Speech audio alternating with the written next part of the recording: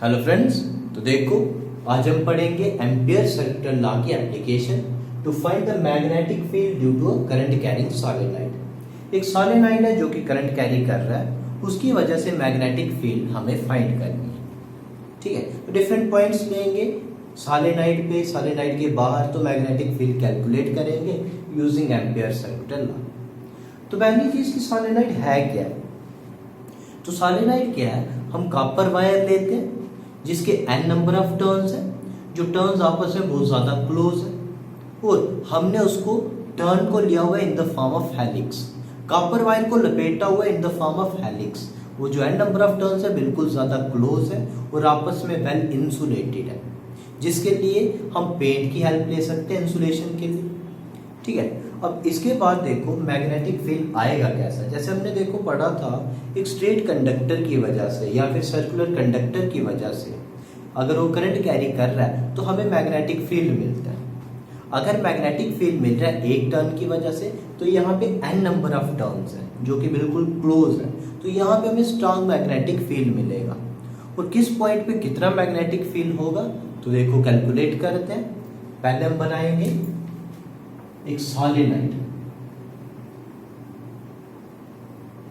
ठीक है, इस तरह से होगा एक सॉलिनॉइड। ये इसके n नंबर ऑफ टर्न्स है और ये जो टर्न्स है इनका रेडियस बहुत ज्यादा छोटा है as compare to length of solenoid.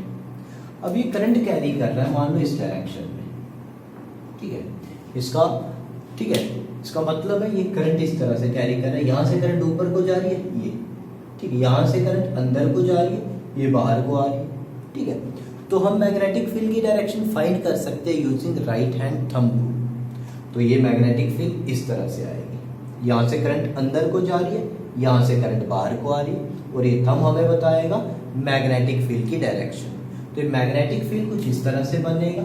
Magnetic lines जो होंगी ऐसी होंगी,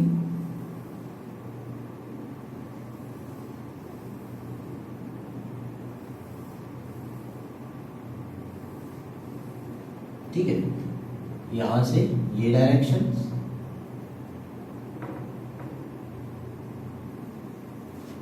जो मैग्नेटिक फील्ड हम सेंटर में देखेंगे वो होगी यूनिफॉर्म और पैरेलल लाइन से।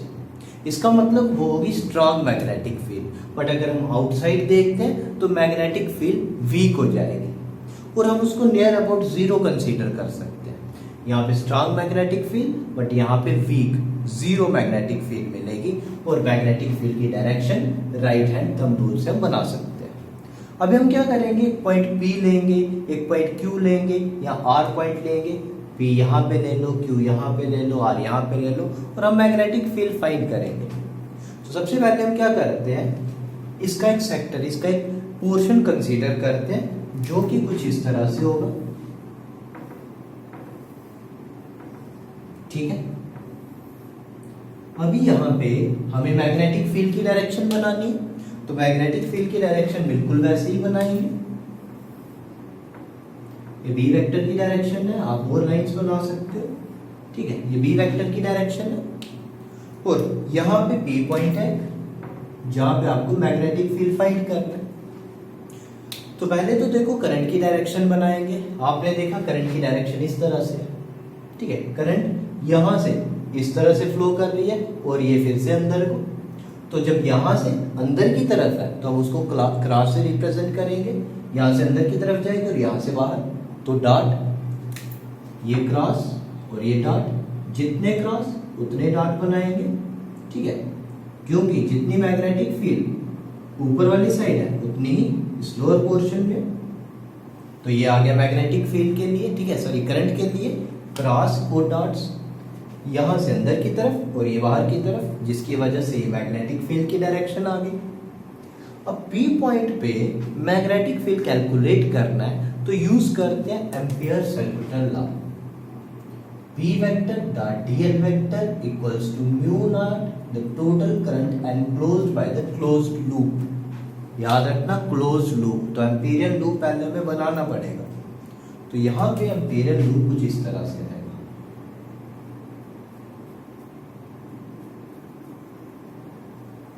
ये एम्पीरियल लूप आ गया। अभी यहाँ पे हम क्या करते हैं, डीएल कुछ एलिमेंट्स लेते हैं। ठीक है, छोटे छोटे एलिमेंट्स ले लेंगे। इस पूरे कंडक्टर के लिए, इसको एक कंडक्टर मान लो, इसको एक कंडक्टर मान लो, ये एक कंडक्टर, ये 4 कंडक्टर है। यहाँ पे इसको कुछ नाम भी दे सकते हो, A B C और ये छोटे छोटे एलिमेंट्स आएंगे, जैसे एक एलिमेंट ये आ गया DL1 वेक्टर, एक एलिमेंट ये आ गया DL2 वेक्टर, एक एलिमेंट इस तरह से आ गया DL3 वेक्टर, और ये लास्ट एक और एलिमेंट आया DL4 एलिमेंट। ठीक है, ये 4 एलिमेंट्स हमने ले लिए। तो इसको, ठीक है, ये जो क्लोज्ड लूप लिया इसको 4 पार्ट में डिवाइड कर लो। ठीक है, तो ये क्या बन जाएगा, B vector dot DL vector equals to B vector dot DL vector AB के लिए। ठीक है, ये 1 लिखा हमने तो इसको 1 ले लो, DL2 या BC, इस तरह के 4, ठीक है, 4 एलिमेंट्स है हमारे पास। ये आ गया CD के लिए और ये आ गया DA के लिए, AB BC CD और DA, और इनके 4 elements DL1 DL2 DL3 DL4। तो यहाँ पे इंटीग्रेशन करनी है, और उससे पहले हमें एंगल देखना है मैग्नेटिक फील्ड का और इन एलिमेंट्स का। तो इस केस में एंगल 0 डिग्री आप देख रहे हो, यहाँ पे एंगल 90 डिग्री, यहाँ पे भी एंगल 90 डिग्री, यहाँ पे एंगल 180 डिग्री है। बट क्योंकि ये पोर्शन, ठीक है, ये CD लूप, ठीक है, CD जो वायर बोल सकते हो आप, ये जो एलिमेंट है ये बाहर लाई कर रहा है मैग्नेटिक फील्ड के, इस सोलेनॉइड के, तो यहाँ पे मैग्नेटिक फील्ड की कंट्रीब्यूशन 0 होगी। क्योंकि ये पोर्शन बाहर लाई कर रहा है सोलेनॉइड के, तो हमने यहाँ पे डिस्कस किया इसकी कंट्रीब्यूशन 0 हो जाएगी, यहाँ पे मैग्नेटिक फील्ड 0 होगा। तो सबसे पहले DL3 वाले को 0 पुट करते हैं और इसमें एंगल्स लगाते हैं।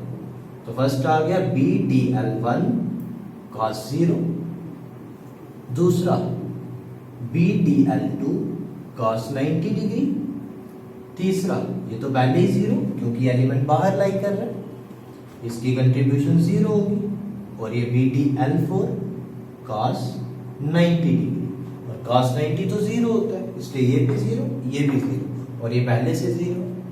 cos 0 1 है, इसलिए हम लिखेंगे DL1 की इंटीग्रेशन, B तो कांस्टेंट, ठीक है, तो ये कितना आ जाएगा B इंटू L।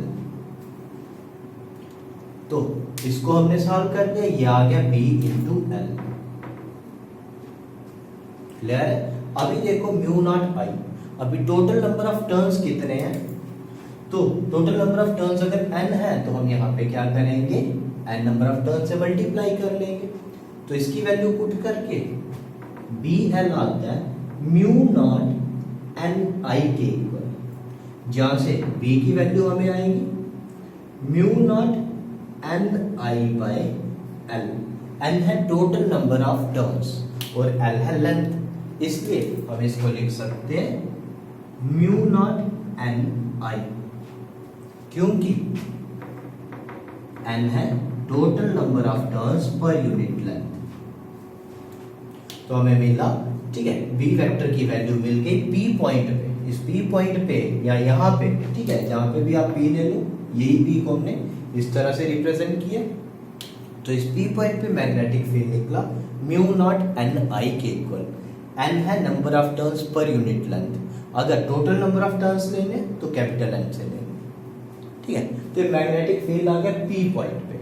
अगर इसके बजाय हम एक पॉइंट लेते हैं यहाँ पे Q, ठीक है, तो इस Q पॉइंट से कोई भी करंट फ्लो नहीं कर रही यहाँ से, क्योंकि आउटसाइड है, यहाँ से कोई भी करंट फ्लो नहीं कर रही, तो मैग्नेटिक फील्ड आएगा 0, ठीक है।